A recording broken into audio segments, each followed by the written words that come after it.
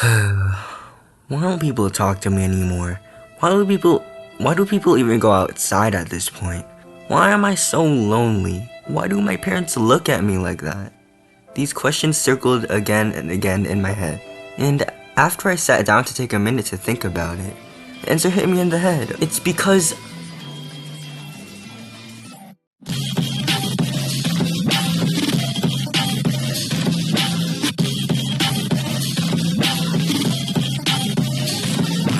as I ascend through the spatial system, I find that what descends are my frame rates. And now that I have zone 8, something's telling me that they're decreasing even more. I don't know what it is though. Anyways, when I first joined, bro, I literally had a smile on my face. Let's just admire this lobby for a second. It's so beautiful. We followed this list of towers that Zim hasn't completed because he was there too if you wanted this list for some reason.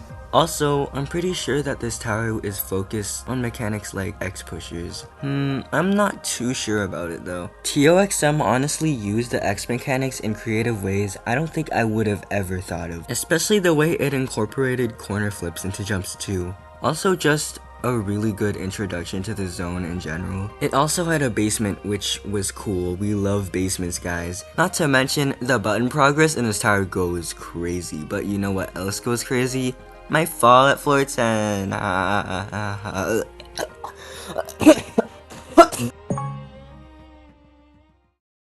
Hold up, is that a tower made of tetrominos? You know, those blocks from Tetris? Modern tower frames are actually weird though, like what? These don't even look like towers no more. Also, the whole tower is basically just one whole big outside because, I mean, just imagine what it would look like inside those tetrominos. There were these really cool minigames on like every floor, which I thought were awesome. And we failed this tower a couple of times, so guess how long our run was? For 40 minutes? Yeah, that could have been longer because I accidentally cheesed the last floor. I guess I was just that laggy, so...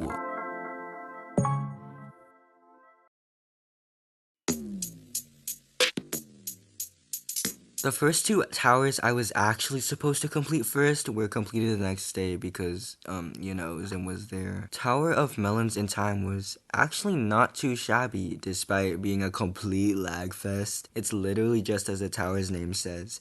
We traverse different time periods with this random melon who just decides to come along for some reason. Tower of Cosmic Tides was also pretty nice, but the only thing I could remember about it are the outsides throwing you absolutely everywhere.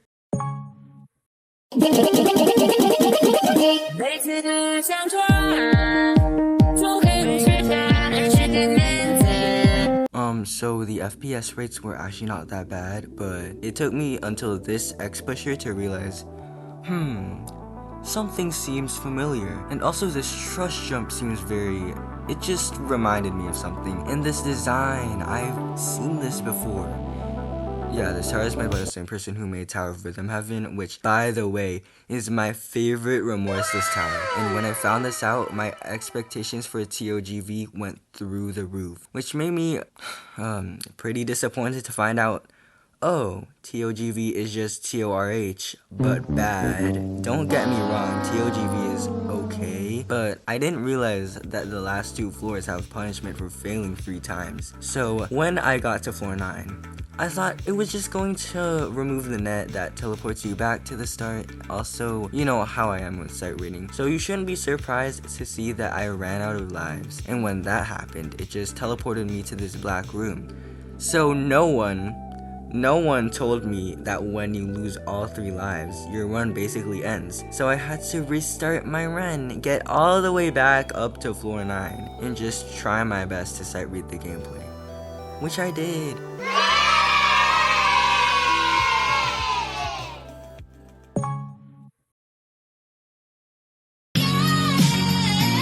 The first thing this tower gave me is 20 FPS. So, that's fun, I guess. After spending more than an hour on the first 3 floors, I realized that, oh, this tower must be so undeniably hot with flames that my laptop can't handle it.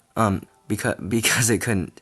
And then the X pusher decided to make out with the wall, which made it so that I literally couldn't progress. So I decided to maybe beat TOFR later in a personal server / never. So the next best thing would be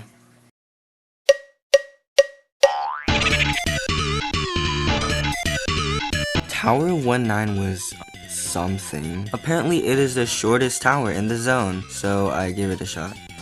So I couldn't get the client objects in this tower. Not even Adamir was helping. I had to figure it out all by myself along with these weird sideways elevator things. Anyways, once you complete the second floor, it gives you this net where the tower starts going horizontal. I like how consistent the gameplay is in this tower. I think it flows really well. Spoke too soon. Way too soon. You see, on floors 6 and 7, there's this gap where the frame breaks below, making it so if you fall, you have to restart the whole thing again. So I proceeded to loop fail the whole dang thing for like over half an hour. Over half an hour. Yes, I am not kidding, and if that wasn't enough, I loop failed the last 3 floors for another 30 minutes. It was 11 p.m. guys. Come on, cut me some slack. The only upside is that there was indeed button progress that let you skip a lot. So if that button progress was never there, I would have probably spent the whole night on Tower of 19. Plus, I just realized why it's called Tower of 19. It's because one floor is like, hanging off. Wow, extremely creative name, Bacon Picks. In short, I had spent a total of, just a mere 104 minutes on this tower. Have you done the math? If you can do basic subtraction, you would know that we're starting the countdown.